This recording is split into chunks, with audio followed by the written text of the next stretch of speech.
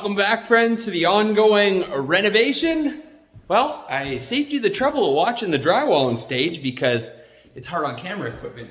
But final touches here, we're doing paint, but I brought you along today because we're gonna spray texture this ceiling. By no means is this a tutorial, so don't get mistaken there. This is just what I happen to be doing, and this is how I do it. It's just a simple orange peel texture. There's like a million, and it seems to vary as to what people want. So we'll flip it. Of course, this is the main space, big vaulted ceiling, and yeah, it looks good on camera, but there's one or two imperfections in there. So when you're going for a texture, it depends on what kind of texture you're putting down as to how good the finish is. Got to be on the drywall. So in this case, this was already an orange peel, but we cut a bunch of holes in the ceiling for electrical and moving stuff. And if you've worked with drywall before, you are never matching 30-year-old texture with new texture. So skim coated the whole ceiling. If you're not familiar with what a skim coat is, basically just a skim in a drywall over top of the old ceiling. Sometimes you can peel the texture off, wet it down, scrape it. Not the case here in this home. It had been painted many times. At least twice, I'd say. So skimmed her heavy with just had leftover bucket of taping mud, real heavy duty, just fill in that texture, and then another coat over top of that with lighter finishing compound, skimmed out with a skimming knife, real slick, but hard on the shoulders, you know, builds character. And like I said, it doesn't have to be perfect. I mean, it's not like, you know, well, it looks, wow. Everything on video looks ideal. Looks like $1 million. Let's just stick with that. A couple minor dents and imperfections is fine with the texture that we're going to apply. If you're going they call like a pin dash or like some super subtle texture, then I mean, you're basically got to do a finish as if you were just going to leave it flat, which is what we're doing over here. Kitchen and the office, flat ceiling. It's going to look good. If you want to make a room look bigger, flat ceiling. Beautiful. I'll show you the gun I got. This gun, don't get too attached to it. It doesn't work for every texture, but for orange peel, light orange peel, boop, this Wagner. I know there's going to be guys that do this for a living all the time. Ooh, I know, but it works really good for this application. 9 times out of 10, I am only ever asked for a very, very light texture, orange peel or even lighter. You just mix the mud a little thinner, and I'm not spraying nothing heavy duty. I'm not spraying knockdown where you get into needing, it's a different compound. For this is just drywall mud. This kind of texture is just a thin, I'll show you the consistency. It's just like,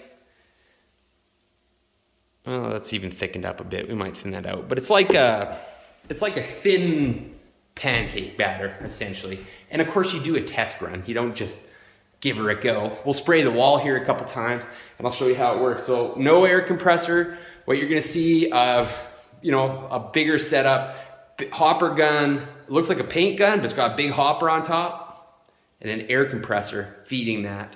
And this just has an internal turbine fan, surprisingly powerful to spray. But like I was saying, some of the knockdown textures, or there's textures that actually have like some sort of grit, I don't know what you'd call it, aggregate, that makes me think of gravel, that doesn't sound right, mixed in, that ain't the ticket. You need the proper tool for the proper job, but for me, renovation, you know, doing small rooms, this thing has been, oh, not so bad. All right, I got you a little kitty wampus there, you're being propped up by the ladder. So I don't really like how thick that is. I just got a half a Powerade bottle there. I'm just gonna set that in there. And anything you don't want texture on has got to be covered. I don't care what gun you have. As you probably noticed, the room she's taped up. That's how it's gotta be done. No matter who you are or what you say, it's messy and the plastic will save the day. All right, bing bang. I think we're just mixing. You don't want to, the problem with it is just like pancake batter, okay? If you put too much liquid in and it gets too runny, you got a disaster on your hands. And the only way to thicken it up is to add more stuff so your batch gets bigger and bigger. little, just a dabble duty. Careful. That could be a little thin. I got a bucket of water here, hidden. And I'm not talking a lot, like just, see, just a little bit at a time.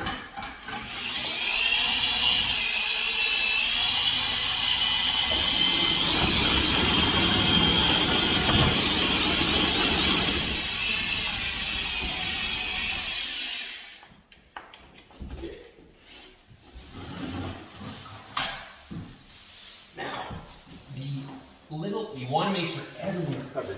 The little bit I do know about this, I don't want to sell myself short. I learned from a guy that had a lot of experience, and I still pick his brain from time to time. So once you got her mixed and the consistency is something you like, it's not a dilly-daddle job. It's get her loaded, because drywall mud consistency changes the longer it sits out. So you want a even Steven kind of deal. And I think that's about it. I'll show you, we'll do a test run, and then maybe we'll film part from the back. This stuff gets everywhere, and well, I don't want to be cleaning it off my gear. So in addition to getting started and going in all in one shot so the drywall consistency doesn't change, you want to load the hopper the same each time with this gun anyways, because the weight of the mud pushes down into the nozzle. So the fuller you fill it, the different reaction you're going to get. So I just try to keep it, that's even a little fuller than I like, but a third full, right? And it's easier on your arm too, because this isn't light. So we'll just spray a patch on the wall and test again.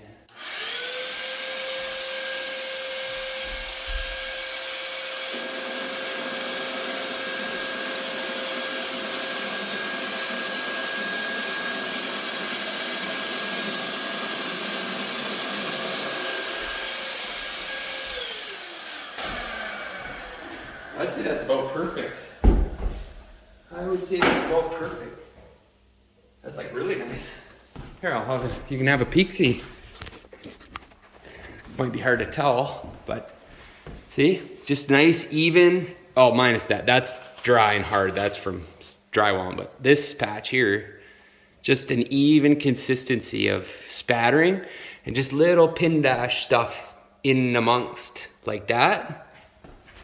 Of keeping the gun the right distance away from the ceiling and then moving at a reasonable pace. It's slow and steady is the name of the game here.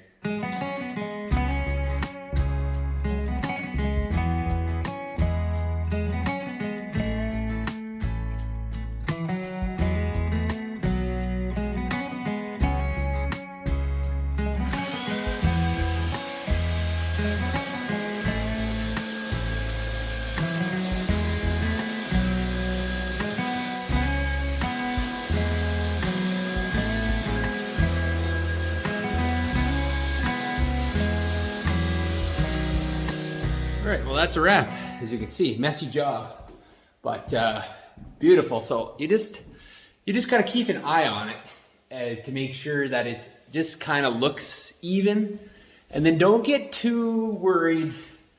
Let it dry. That's all I'll tell you. Let it dry a little bit, because any spot that looks like it's a little pointy or you're not happy with it, once it starts to dry, it sucks in and it kind of flattens out, and it looks way different when it's dry than it does when it's wet. So don't get carried away. Less is more kind of thing, right? You can always put more on, but you can't, well, you can, but you don't want to take it off. Now the least fun part, we got to clean her all up and then get back to painting.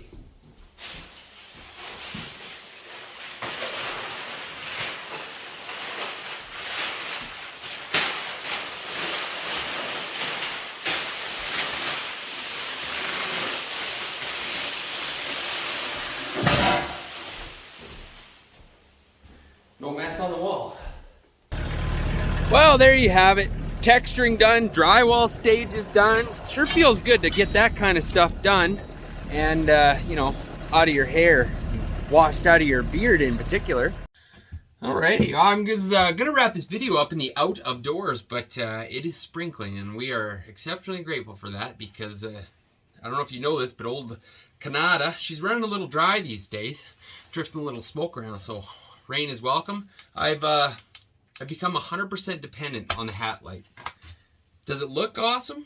Well, of course it looks awesome. It's a fashion statement. I'm not an under the brim kind of guy. I'm definitely an over the brim kind of guy. I don't like it in my field of vision, but thanks to my cousin Peg there, I'm 1,000% hooked on the hat light. I grab at my hat like I would grab at my pocket if my pocket knife weren't there if I'm not wearing it. So, anyways, the drywall texturing is done. You'll see in the outro of this video, I get to a little bit of painting. One-stop shop, we do her all. I'm keep trying to set my water down here. One-stop shop, we do her all. I don't know if things are slowing down. They're definitely not slowing down for me. I've run into a few guys that have said, "Oh, yeah, we're looking for our next job," and this kind of thing. But I think what happens is some of these guys get in a real rhythm of subcontracting a lot of stuff, and they're basically just managers, which is fine. It's probably a smart way to go, easier on the body. But maybe you find yourself with not enough work, or you're struggling to get sub trades, which jams up your schedule, which means you're not making the revenue. I kind of like just doing everything. So didn't do the electrical, obviously. Plumbers were in, did their plumbing deal, but everything else, I mean, if you can frame it and build it and pour the concrete, you sure in the heck can figure out how to hang the drywall and slap a little drywall mud on it. It's an art. I'm not going to discredit a guy that does it professionally. I'm not a drywaller, but I'm proficient to get it done in a timely manner so it's cost effective for my client when you wrap it into the whole package. And I don't mind doing it. I actually quite enjoy painting. It's very satisfying. I think when you look at it, the drywaller and the painter are probably pitted against each other as like trades enemies, perhaps. Because whatever the drywaller leaves behind, the painter has to deal with. And whatever the painter has to deal with, the painter complains about it to the drywaller and heads butt. But if you get to do the job from start to finish, I derive a great deal of satisfaction from that, because you get to see how good a job you did on one end of things, and you get to finish it up with doing a good job on the other end of things, and the whole thing is just completely satisfying. You know what I'm saying? So we got to talking about drywall texturing. Now I phoned up my dad. If you're ever wondering how I know how to do a lot of this stuff, that would be the reason why. That guy showed me how. He's textured some stuff in his house. We had a bit of a conversation about it, because here, and this is what the thought I'm getting at. Bang! Hitting you with a thought with Scott right in the end of the video. If you go to do something you've done a lot of times, if you're like me, I like to still research it a little bit, because, maybe there's a better way to do it. I just want a refresher, kind of update. So went to do the spray texture, and I thought, well, I just want to refresh myself, the consistency of the mix and what I'm looking for. And I don't really know. It's not that complicated, so I don't really know what I was looking for. I just found myself Googling texture. And man, there was everything under the sun, blog posts and YouTube videos and online articles and all this kind of stuff. Some of which, even with my, I won't say limited knowledge, but, my basic knowledge of the task that was at hand, I would go, well, that's wrong. That isn't right. I'm definitely not doing that. And here they are in these professional looking articles written by somebody that I like to look glass half full. I think people mean well.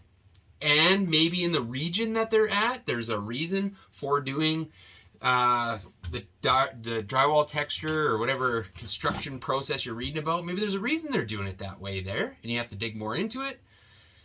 But some stuff's just blatantly not right. You're like, gee, and it's just there. It's just out there, which is fine. I mean, everybody should be able to have an opinion, a voice, write down whatever you want. But it's people's ability to sift that knowledge that's concerning.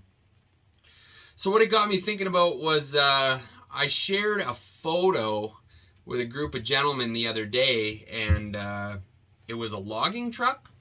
And on top of the logging truck, the load of logs, picture this, okay, logging truck, load of logs, there was a skidder parked on top. And it sparked opinion, right? That, well, is it real? Is it not real? Well, I don't think it's real for this reason, and I don't think it's real for this reason. And I thought, well, that's no different than me Googling methods of drywall texturing. It's the same thing. you have to sift this information to decide what is real and what is not real. And it's kind of almost to the point where it starts to spoil conversation, because the technology and the level of effort that people will go to fake things, like maybe that photo of the logging truck was fake. Maybe some of the articles about drywall texture were purposely written incorrectly just because someone's under the gun to pump out an article for a construction magazine, and they just got to get it done, right or wrong. But I mean, in a society that is already struggling to maintain the threads of sociable conversation and reasonable levels of debate where guys could just discuss something, well, now we have this dead stop. You can just go, well, how do you know it's true? Well, it could be fake. Well, it's a conversation ender. Kills it. And you're not wrong. What could be fake? But is that an answer for everything? Is that just the answer for everything? If I looked up, well, what should the consistency for my drywall texture spray be? And it says X, and the other guy says Y, and then do we just stop the conversation and go, wow, that's something, I don't even know what the term is. Upside down information? I don't know. But it just kind of spoils it, you know. There's no more healthy debate. It makes me think of a paint, and it wasn't a painting, it was a photograph. My mom and dad had friends of theirs. They had a photograph hanging on the wall of their house, okay? And it was a rabbit, a jackrabbit, great big ears on this bloody thing, right? And it had a set of deer antlers on it, okay? You know, I think it said something like a jackalope, right? You guys, you know what I'm talking about. You've probably seen a picture like this before. All it was, they took an old, dirty old jackrabbit, and they slit its ears, and they stuck a pair of deer antlers up through it, and they took a picture of it. But I mean, that was like, oh, that photo, judging by it, maybe it was taken in the 80s. I don't know. It's been around for decades. I have no idea. But obviously, it's a joke, right? It's fake. And it was funny, But now, that kind of thing, well, people just get torqued, I guarantee, I didn't look at the comments on that picture of the logging truck with the skidder on top of it, but I'm sure somebody was bent out of shape about it. Oh, it's fake. That's crap. Anyway, sometimes you just got to go with your gut. If it looks fake, maybe it is fake, but did it make you smile? That's fine. Move on. Don't just don't be basing life decisions off of it. And if you're looking up simple construction procedures, well, just apply some logic. If it doesn't seem right to you, and your gut says no, well, probably isn't right. Just go with that. Anyways, that was my drywall texturing thought. I really appreciate you guys watching. We got tons of kind comments about the new logo that was launched. We're super pumped about that. How legit is that? I mean, tell ya, not only are we up over 2,000 subscribers, we got a legit logo, and I want to just let you in on a little piece of information. You thought, man, I'll tell you, he must have rolled out a few bucks to get that logo designed because that looks so dang good. No, sir, I did not. My beautiful wife designed and built that puppy. She had a bit of a basis to go from. We kind of had a baseline. This is what I wanted, and well, I'll tell you, she's craftier than I am. So anyhow, who knows what the next adventure is going to be, but they're definitely going to be one, and I'll do my best to start looking at the lens of the camera instead of doing one of these. I'm going to see you next time.